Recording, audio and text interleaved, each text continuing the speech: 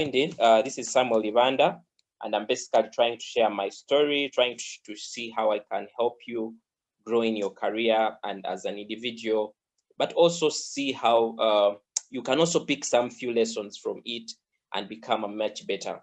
So I was indicating that along the way there, I had to move. I'd moved from being in the private sector and moving to the NGO world.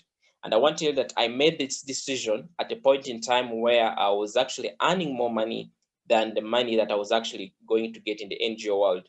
But because I was career focused, mine was to grow, mine was to look for something that would give me an edge. I had to make the hard decision.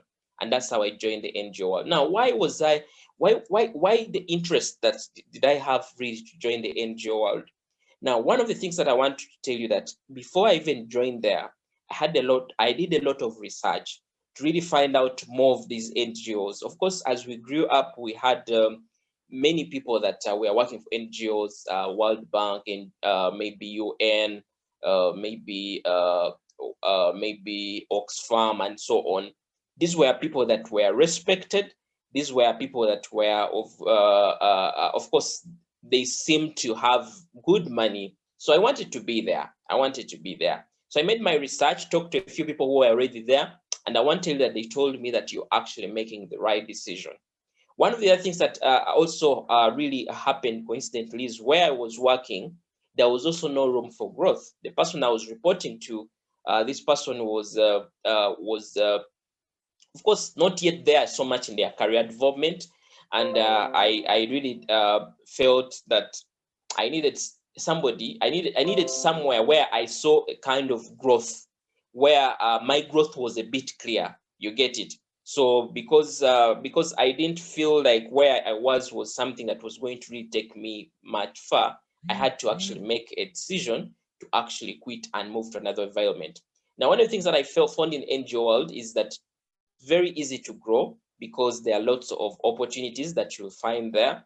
Of course, NGOs keep on coming every day, and then of course, because of how we operating, maybe the current situations in Africa, of course, we have war, sickness comes in and sort of, and of course, the outside world continues to get interested in investing in, let's say, Africa. So that is why this side of the world seems to be lucrative somehow. And I really want to interest some of you to join in and make sure that you're learning, make sure that you're getting part of the fruits that are in this field. I want to tell you that I entered as an accountant, and within a very small time, that was 1 year and a half, I was able to grow to a finance manager. Now, how did that happen exactly? I want to tell you that it had lots of factors in it. One, I remember I joined the NGO world at a pay cut where I was not going to get the same amount that I was earning currently where I was.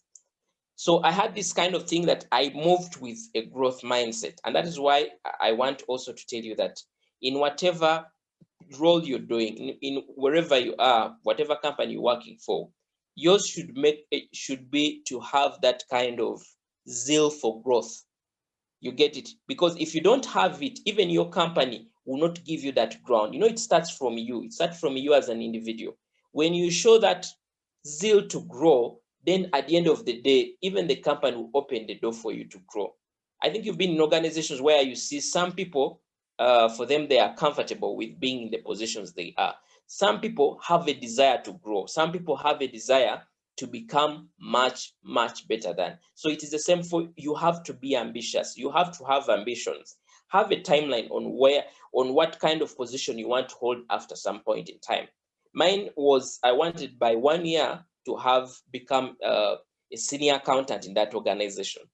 Now, along the way, yes, I didn't achieve being a senior accountant in the organization within 1 year, but within and a half, I was able to earn a promotion that made me jump from the senior accountant role to become a finance manager. And I was the first person to actually to become a finance manager within that organization at that point in time.